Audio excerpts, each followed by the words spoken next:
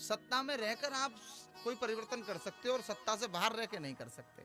मेरी जरा बात पर, इस पर भी ध्यान करिएगा।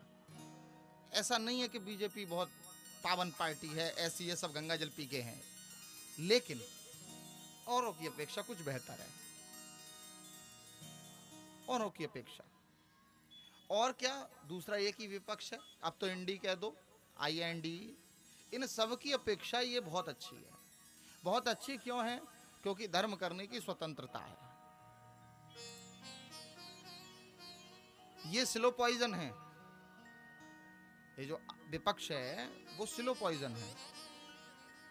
मैं किसी पार्टी का ना समर्थक हूं ना मैं वो हूं, मैं व्यासपीठ से बोल रहा हूं।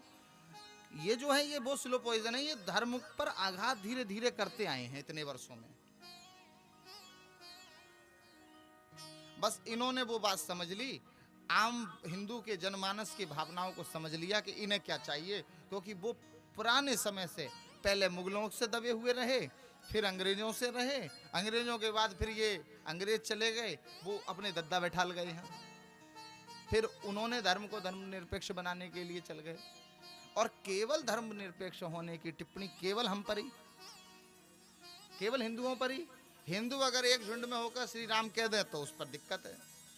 और वो देखा ही आपने भी बरेली में कितना बड़ा दंगा हुआ है, हल्द्वानी वाला। और ये आज से नहीं, इतिहास उठा के देख लो, इनका इतिहास ही ये है। इनकी ये तो बाप को मार के, भैया को मार के सल्तनत पाने वाले लोग हैं। हमारे यहाँ तो भरतलाल जी का चरित्र देखो, संसार में किसी भी धर्म में ऐसा कोई अनुयायी हो, रामचरित्र से भी महान चरित्र है भरत का। पादुकाएं रखकर पूरा, और राम जी से, मैं तो ये भी कहने में मुझे कोई संदेह नहीं है, राम जी से सुव्यवस्थित चलाई है अयोध्या। इतनी जबरदस्त सुरक्षा है कि हनुमान जी भी ऊपर से उड़ते हैं तो एक ही बाण में नीचे आ जाते हैं, इतनी हाई सिक्योरिटी में थी अयोध्या। आप सोचो कि जिस देश का राजा वन में हो, तो जो रावण आदि असुर हैं वो तो ये भी तो जानते थे ये अयोध्या के हैं, तो चाहकर आज की आक्रमण कर सकते थे? नहीं कर सकते, क्योंकि जानते हैं कि अयोध्या में जो बैठा है वो राम का भी बब्बर शेर है। तो भरतलाल राम के नाम नहीं हुआ, जबकि राजा शून्य देश पर आक्रमण ज्यादा होते हैं, क्योंकि ऐसा था ही नहीं कि राम जी की पादुकाएं उस पर रखी हुई हैं और पादुका की लाज भरत को हर हालत में रखनी है। भरत ने कभी अपने को राजा नहीं स्वीकारा, भरत जी ने सदा राम जी को ही राजा माना।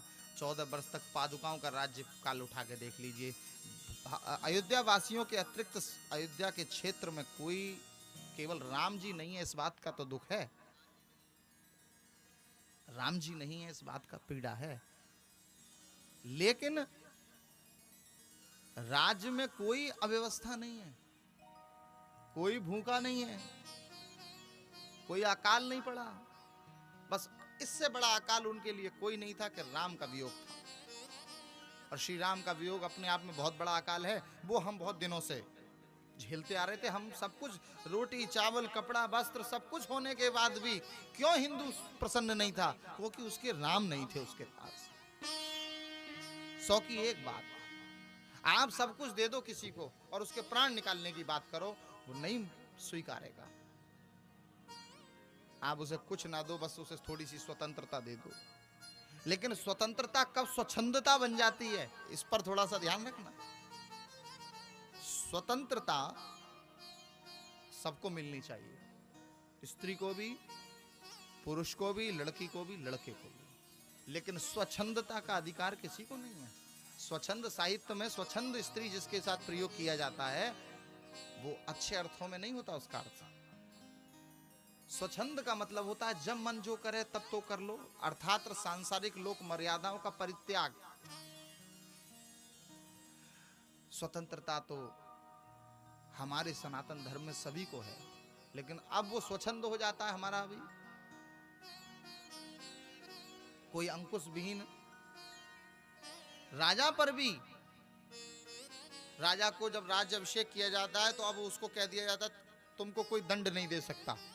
तब वहीं पर धर्म दंड होती है, बोले तुमको धर्म दंड देगा। धर्म का राज्य तुम्हारे ऊपर हो रहेगा। राजा का भी ये है, दंड उसको स्पर्श कराई जाती है शरीर से, वो अदंड हो जाता है। राजा किसी को भी दंड दे सकता है, राजा को कोई दंड नहीं दे सकता। ये प्रणाली है हमारी सनातन की। लेकिन राजा के ऊपर वो धर्म दंड रखकर आचार्य कहते हैं कि धर्म दंड, तुमको धर्म का दंड भोगना पड़ेगा, और वो यहां भी और वहां भी, क्योंकि धर्म पीछा नहीं छोड़ेगा। वो ऐसा ही भागवत का विषय।